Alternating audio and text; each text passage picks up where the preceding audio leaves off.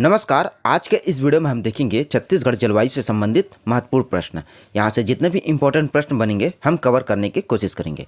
तो चलिए शुरू करते हैं। उससे पहले अभी तक आपने हमारे इस चैनल को सब्सक्राइब नहीं किया है तो जल्दी से सब्सक्राइब कर लीजिए।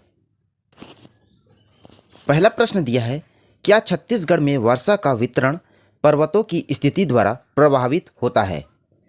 तो इसका आंसर होगा ऑप्शन ए हाँ। ये दिए गए चारों आंसर में जो आंसर होगा ऑप्शन ए हाँ, क्योंकि छत्तीसगढ़ में वर्षा का वितरण पर्वतों की स्थिति द्वारा प्रभावित होता है।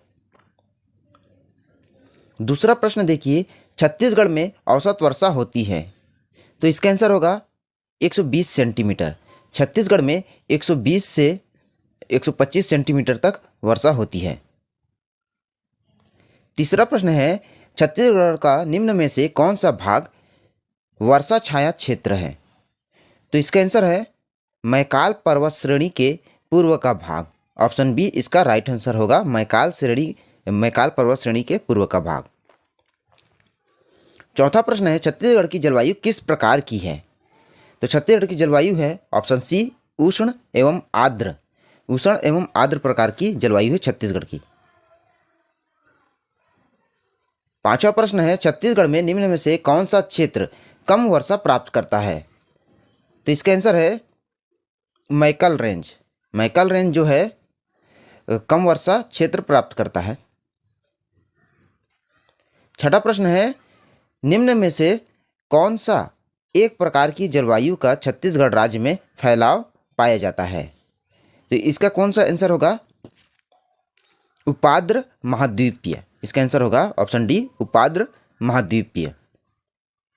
सातवां प्रश्न देखिए, सर्वाधिक तापमान वाला शहर कौन सा है? तो आंसर होगा ऑप्शन सी चांपा। चांपा सर्वाधिक तापमान वाला शहर है।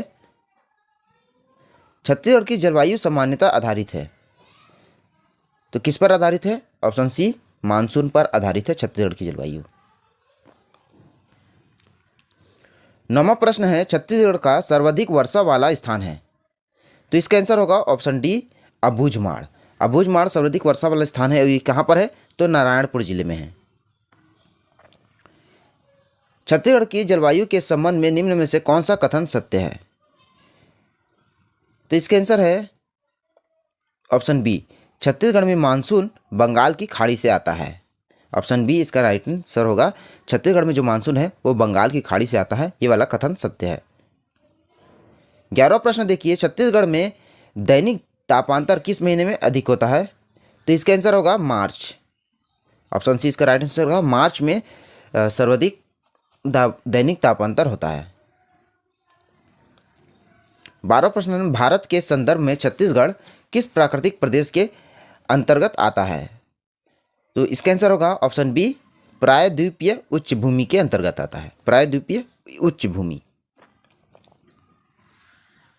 13वां प्रश्न है, इनमें से कौन से जिला नर्मदा बेसिन का हिस्सा है?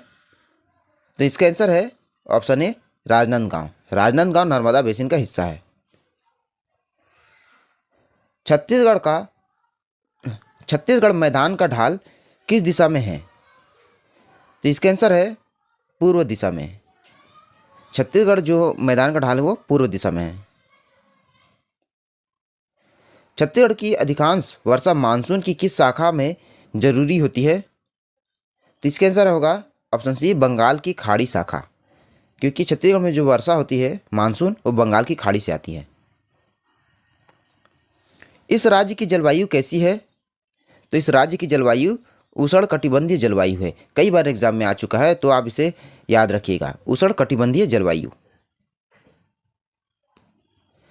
छत्तीसगढ़ के मध्यवर्ती मैदानों को किस नाम से जाना जाता है?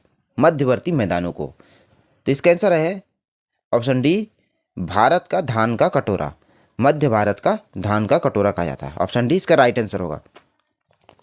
18वां प्रश्न है, छत्तीसगढ़ राज्य में कोटरी बेसिन कौन सी दिशा में स्थित है? तो कोटरी बेसिन जो है दक्षिण पश्चिम दिशा में स्थित है। दक्षिण पश्चिम दिशा में।